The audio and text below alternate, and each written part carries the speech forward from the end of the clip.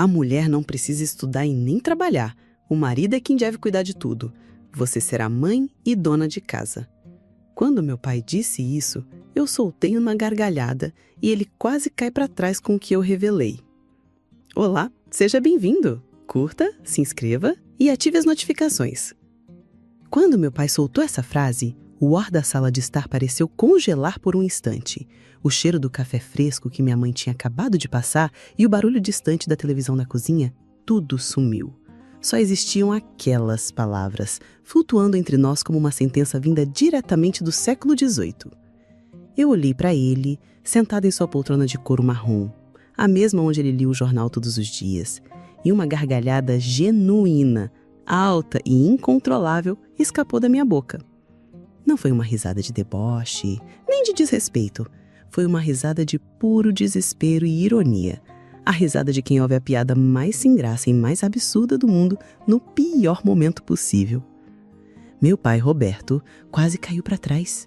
Seus olhos se arregalaram, a xícara de café que ele segurava tremeu e o barulho distante da televisão na cozinha, tudo sumiu. Só existiam aquelas palavras, flutuando entre nós como uma sentença vinda diretamente do século XVIII. Eu olhei para ele, sentado em sua poltrona de couro marrom, a mesma onde ele lia o jornal todos os dias, e uma gargalhada genuína, alta e incontrolável escapou da minha boca. Não foi uma risada de deboche, nem de desrespeito. Foi uma risada de puro desespero e ironia. A risada de quem ouve a piada mais sem graça e mais absurda do mundo no pior momento possível. Meu pai, Roberto, quase caiu para trás. Seus olhos se arregalaram, a xícara de café que ele segurava tremeu e sua boca se abriu em um misto de choque e ofensa.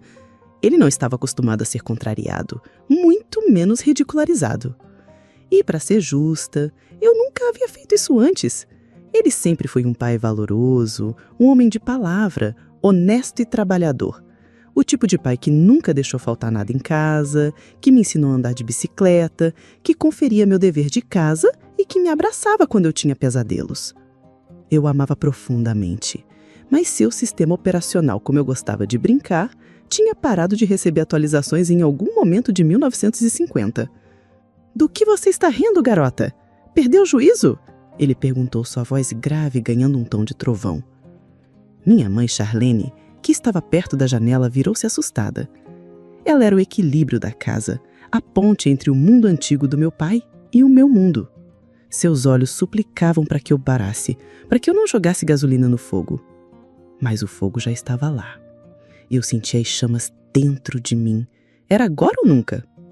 Respirei fundo, tentando controlar a adrenalina que corria nas minhas veias. A risada morreu e deu lugar a uma calma que eu mesma não sabia que possuía. Olhei diretamente nos olhos do meu pai, um homem que eu tanto amava e que naquele momento representava tudo o que eu estava lutando contra. Pai, comecei, minha voz firme, eu preciso te contar umas coisas e peço que o senhor me escute até o fim, como o pai respeitador que sempre foi. Ele franziu a testa, desconfiado, mas fez um gesto com a mão para que eu continuasse. O choque da minha risada ainda o paralisava. O senhor disse que eu serei mãe e dona de casa. Eu disse, sentindo cada palavra pesar uma tonelada. Bem, o senhor acertou em uma parte. Fiz uma pausa dramática. O coração batia tão forte no meu peito que eu tinha certeza que ele e minha mãe podiam ouvir. Pai, eu estou grávida. O mundo parou de novo. Minha mãe levou a mão à boca, seus olhos enchendo de lágrimas instantaneamente. Meu pai ficou pálido. A cor sumiu do rosto e ele parecia ter envelhecido 10 anos em 10 segundos. Ele abriu e fechou a boca várias vezes, mas nenhum som saiu. Ele estava processando a primeira bomba, mas eu ainda tinha outras 2 para lançar. E sobre a parte de não estudar e nem trabalhar, eu disse sentindo um nó na garganta. Isso não vai acontecer. Na verdade, já não acontece há muito tempo. Olhei para as minhas mãos, para os calos nos dedos que contavam uma história que ele desconhecia. Pai, eu sou violinista. E sou boa nisso. Boa o suficiente para ter conseguido uma vaga em uma orquestra que faz turnês pela Europa. Se a primeira notícia foi um soco, essa foi um gancho de direita. Meu pai idolatrava o trabalho duro. Mas para ele, trabalho Significava um escritório, um martelo, algo concreto. Música era um passatempo, um luxo, não uma profissão. Ele me olhava como se eu estivesse falando em outra língua.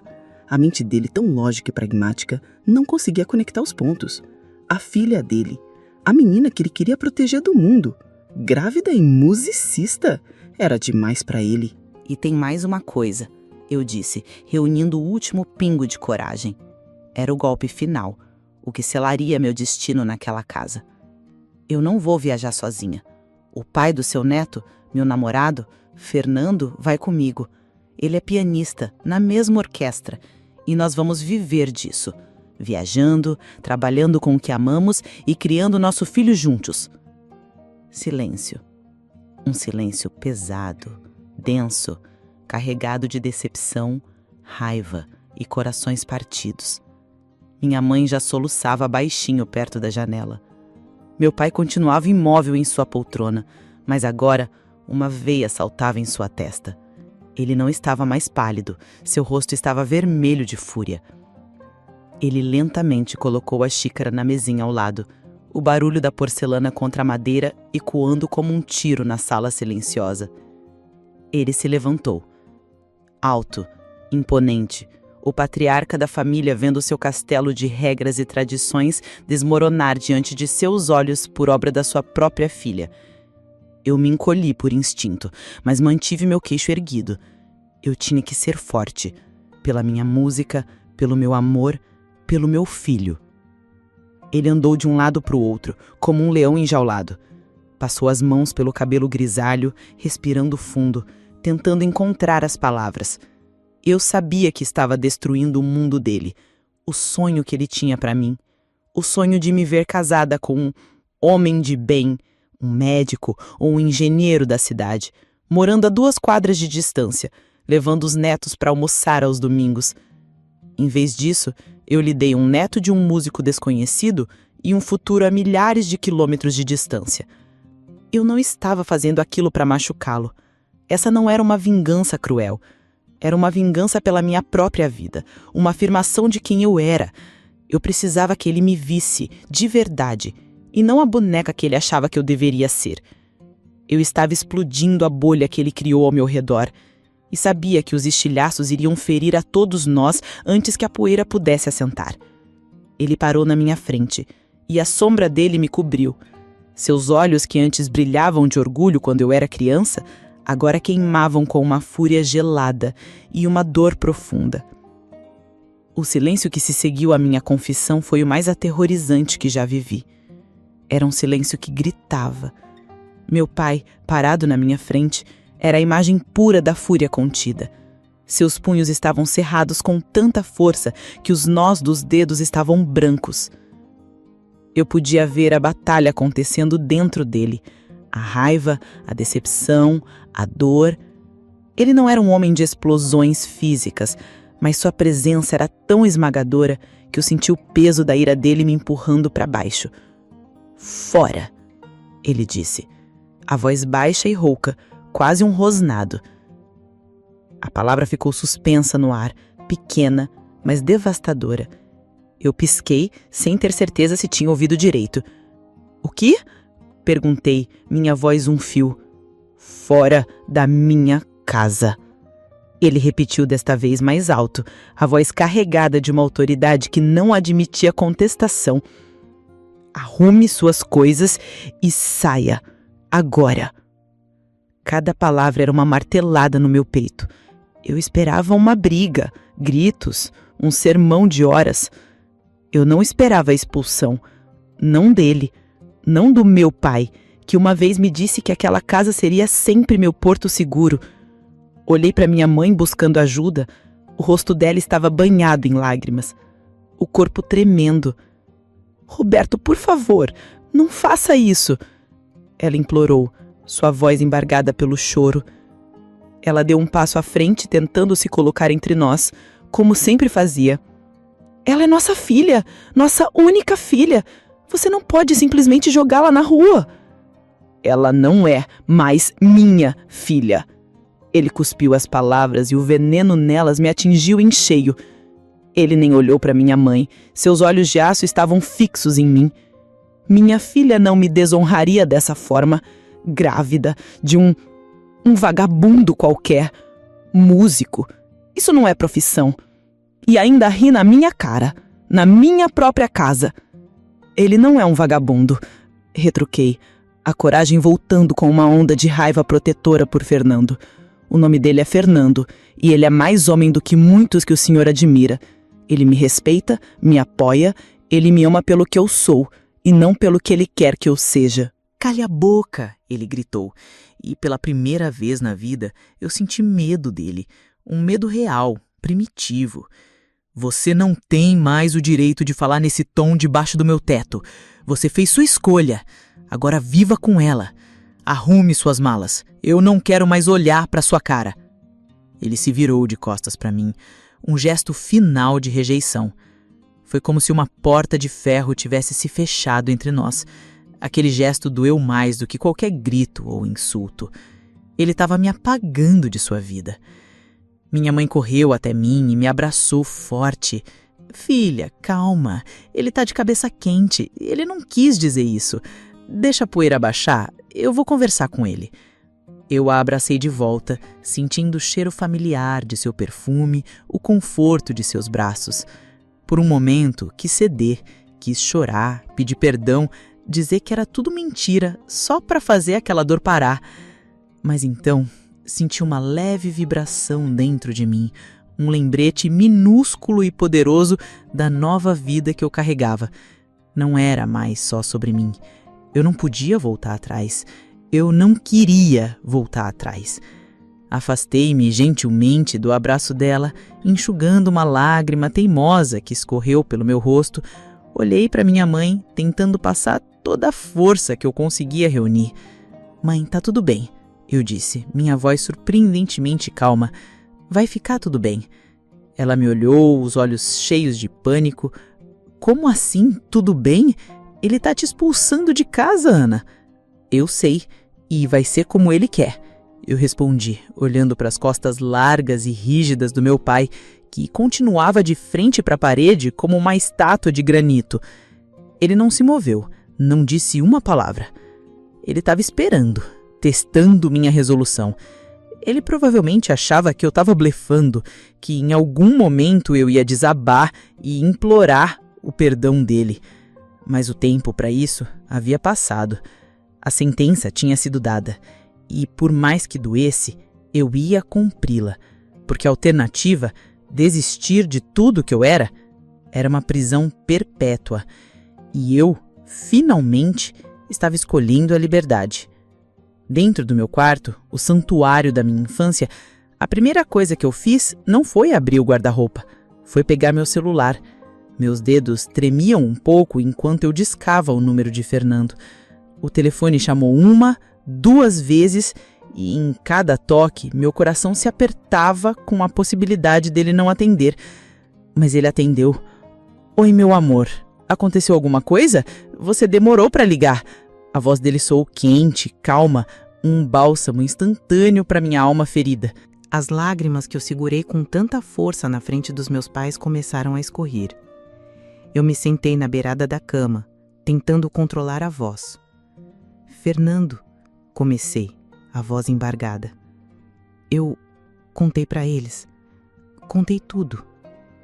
Houve uma pausa do outro lado da linha e eu pude imaginá-lo, seus olhos gentis se enchendo de preocupação. "Como foi, Ana? Como ele reagiu?" "Ele me expulsou de casa", eu disse, a frase saindo como um sopro de ar, quase inaudível. "O quê?" Ele não gritou, mas sua voz ficou firme, protetora. "Onde você está agora?" "No meu quarto. Ele me mandou arrumar as minhas coisas e sair." "Não se mova. Não discuta mais com ele. Apenas comece a arrumar o que for essencial. Eu estou saindo de casa agora mesmo para te buscar. Fica calma, meu amor. Eu estou a caminho. Nós vamos ficar bem." Ele disse, cada palavra uma promessa, uma rocha na qual eu podia me segurar. "Tudo bem", eu sussurrei, sentindo uma onda de alívio e amor tão forte que quase me tirou o fôlego. Desliguei o telefone e respirei fundo. Eu não estava sozinha.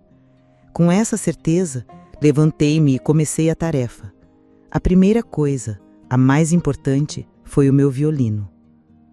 O estojo preto estava encostado na parede, um guardião silencioso dos meus sonhos. Abri-o com cuidado. Lá dentro, meu companheiro de madeira escura e verniz brilhante repousava sobre o veludo vermelho. Tocar aquele instrumento era como respirar. Era a minha voz quando as palavras me faltavam. Meu pai nunca entendeu isso. Ele via apenas um objeto, um hobby caro.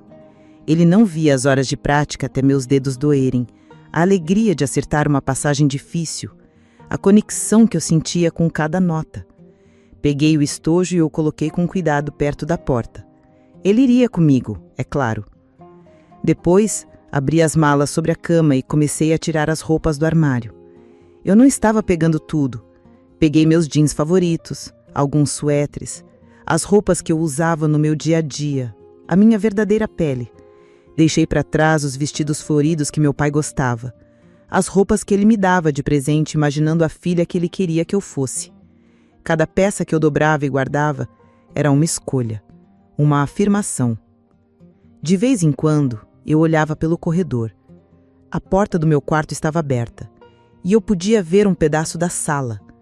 Meu pai estava lá. Ele não estava mais parado como uma estátua. Ele andava de um lado para o outro, as mãos nos bolsos, a cabeça baixa. Ele não olhava diretamente para mim, mas eu sabia que ele estava ciente de cada movimento meu, de cada som. O zíper da mala, o barulho de um cabide caindo. Eu conhecia melhor do que ninguém. Por baixo daquela casca de orgulho e teimosia, havia um coração mole. Um coração que sofria com a ideia de me perder. Eu sabia que ele estava numa agonia silenciosa, travando uma guerra entre os seus princípios antiquados e o amor incondicional que ele sentia por mim. Eu estava apostando nesse amor. Minha mãe entrou no quarto, os olhos ainda inchados. Ela carregava um pequeno porta-retratos de prata. Era uma foto nossa, dos três, em uma viagem à praia quando eu tinha uns 10 anos. Meu pai me segurava nos ombros e nós três sorríamos para a câmera genuinamente felizes. "Leve isso, filha", ela disse, me entregando a foto, "para você não se esquecer de que nós te amamos. Mesmo quando seu pai não sabe como demonstrar." Eu peguei a foto e abracei contra o peito. "Eu nunca vou me esquecer, mãe." Ela me ajudou a dobrar algumas roupas em silêncio. Sua presença era um conforto, mas também um peso. Eu sabia que ela estava dividida, sofrendo por nós dois. "Ele vai se arrepender disso, Ana. Você vai ver", ela disse baixinho. "Eu sei, mãe, mas ele precisa chegar a essa conclusão sozinho." E eu respondi, e havia uma verdade amarga nisso. Eu sabia me virar. Isso não era um blefe. Fernando e eu já tínhamos nosso cantinho alugado, um apartamento pequeno perto do conservatório onde ensaiávamos. Tínhamos nossas economias, nosso trabalho, nossos planos. Eu não precisava do meu pai financeiramente. O que estava em jogo ali era outra coisa. Era o laço, o respeito, a aceitação. Se eu tivesse que sair, eu sairia de cabeça erguida e construiria minha vida. Eu ficaria triste pela ruptura, mas não ficaria desamparada. E, ironicamente, essa minha capacidade de me virar sozinha era o que mais assustava e irritava meu pai, o homem que, acima de tudo, queria se sentir necessário como provedor. Continuei a arrumar minhas coisas. Peguei os livros que importavam, a partitura da primeira música que Fernando compôs para mim, meus documentos. Olhei ao redor do quarto, para as paredes cor-de-rosa que agora pareciam pertencer a outra pessoa. Era o fim de um capítulo longo e, na maior parte do tempo, feliz, mas um capítulo que havia terminado. Fechei a primeira mala. O clique das travas ecoou pela casa. Vi meu pai parar de andar no corredor. Ele olhou na minha direção por um segundo e nossos olhos se encontraram à distância. No olhar dele, não vi apenas raiva.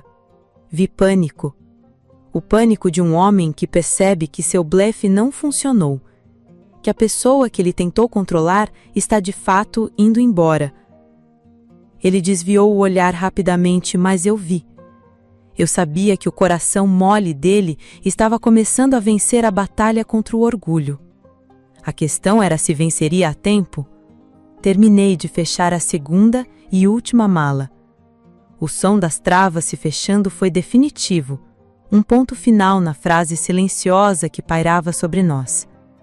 Peguei minha bolsa, coloquei o porta-retratos que minha mãe me deu dentro dela com cuidado e, por fim, segurei a alça fria do estojo do meu violino. Era tudo o que eu precisava. Meu passado em uma foto, meu futuro em um instrumento e meu presente crescendo dentro de mim. Nesse exato momento, como se fosse ensaiado, a campainha tocou. O som agudo cortou o ar pesado da casa, fazendo todos nós pularmos. Minha mãe ofegou. Meu pai, que estava petrificado no meio do corredor, virou a cabeça bruscamente em direção à porta. Era real. Minha carona havia chegado. Minha nova vida estava do outro lado daquela porta. Com uma calma que parecia vir de algum lugar fora de mim, peguei as alças das malas. Eram pesadas, mas eu as arrastei pelo chão. Cada centímetro que eu avançava pelo corredor era um ato de desafio e de libertação.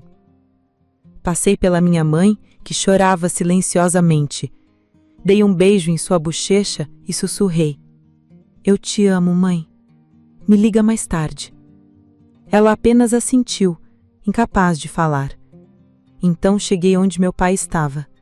Ele não saiu do caminho. Fiquei parada na frente dele por um instante. Ele não olhava para mim. Olhava para as malas, para o estojo do violino, para minha barriga que, embora ainda discreta, representava a maior mudança de todas. Seu rosto era uma máscara de conflito. Eu não disse nada. A ordem dele tinha sido clara: saia. E era isso que eu estava fazendo. Desviei dele e continuei meu caminho lento e barulhento até a porta da frente. Minha mão tocou a maçaneta fria. Girei-a. O mecanismo fez um clique, destravando a porta, e com ela, meu futuro. Eu podia sentir o olhar do meu pai queimando minhas costas. Eu sabia que aquele era o último segundo, a última chance. "Espere." A voz dele soou baixa, rouca, quase quebrada. Não era a voz de um tirano dando uma ordem. Era a súplica de um pai apavorado. Eu parei, mas não me virei. Meu coração martelava contra as costelas. Respirei fundo. "O senhor me mandou embora, pai. Eu tô indo." Houve um longo silêncio, preenchido apenas pela respiração pesada dele. E então, ele disse as palavras que eu apostei minha vida para ouvir. "Eu não consigo," ele confessou, a voz embargada. "Eu fico com raiva, eu falo besteira, eu sou um cabeça dura, mas eu não consigo ficar brigado com você. Eu não sei como fazer isso." Lentamente eu me virei. Ele estava ali, o grande Roberto, o homem inabalável, com os ombros caídos e os olhos brilhando com tréguas não derramadas. A fúria tinha desaparecido, deixando para trás apenas a dor e o medo. "Você é minha filha," ele continuou, a voz falhando. "Minha única filha. E vai me dar meu primeiro neto." Ele olhou para a porta como se só agora se desse conta de quem estava do outro lado. "Eu não posso deixar você sair por essa porta desse jeito."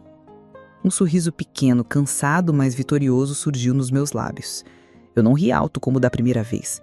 Foi um sorriso de alívio, de compreensão, de... Eu sabia que por baixo de tudo aquilo, meu pai estava ali. "Eu também não consigo ficar brigada com o senhor, pai," eu disse, minha própria voz suave. A campainha tocou novamente, um lembrete gentil de que o mundo lá fora continuava. Meu pai enxugou os olhos com as costas da mão, recompondo-se. "Então," ele pigarreou, tentando recuperar sua postura. "Acho que você deveria mandar entrar esse seu namorado. Se ele vai ser o pai do meu neto, o mínimo que posso fazer é olhar na cara dele. Abri a porta. Lá estava Fernando, com o rosto vincado de preocupação. Seus olhos passaram por mim, pelas malas, e pousaram no meu pai, que o encarava com uma intensidade de 1000 sóis. Fernando não recuou. Ele apenas me ofereceu um olhar rápido que dizia: "Está tudo bem?" Eu assenti discretamente. "Pai, mãe, este é o Fernando. Fernando, estes são meus pais, Roberto e Charline." Fernando entrou, estendendo a mão para o meu pai. "É um prazer finalmente conhecê-lo, senhor Roberto." Meu pai olhou para a mão estendida por um longo segundo antes de apertá-la. Seu aperto foi firme, um teste. Fernando correspondeu à altura. "Vamos ver se vai ser um prazer mesmo." Meu pai resmungou, mas não havia mais veneno em sua voz. Havia apenas uma curiosidade desajeitada. Ele estava medindo o homem que havia roubado sua filha, mas que também a estava fazendo feliz. Hoje, 3 anos depois, estou sentada na mesma sala de estar. O cheiro de café fresco ainda está no ar, mas a atmosfera é outra. É leve, cheia de risadas.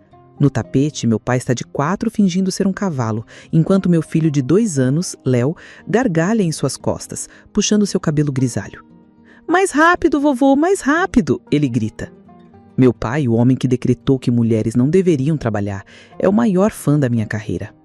Ele tem um mapa na parede cheio de alfinetes marcando cada cidade onde eu e Fernando já tocamos. Ele liga depois de cada concerto querendo saber todos os detalhes. Fernando está sentado ao lado dele no sofá, mostrando um vídeo engraçado no celular. Eles conversam sobre futebol, sobre música, sobre o melhor tipo de madeira para consertar a cerca do jardim. Eles se tornaram amigos, cúmplices. Meu pai encontrou em Fernando não o ladrão de seus sonhos, mas um outro homem que amava sua filha e seu neto. Minha mãe me traz uma xícara de café, sorrindo ao ver a cena. Eu pego meu violino, não para praticar, mas apenas para afinar as cordas. O som preenche a sala, uma melodia suave que se mistura às risadas do meu filho. Aquele dia terrível não quebrou nossa família. Ela forçou a se reconstruir sobre uma base mais forte e mais honesta. Minha vingança não foi destruir meu pai, foi forçá-lo a expandir o seu coração para que coubesse a filha que eu realmente era. E no fim, descobri que o coração mole dele era muito maior do que qualquer um de nós imaginava. Espero que tenha gostado da história. Curta, comente e compartilhe. Obrigado por assistir.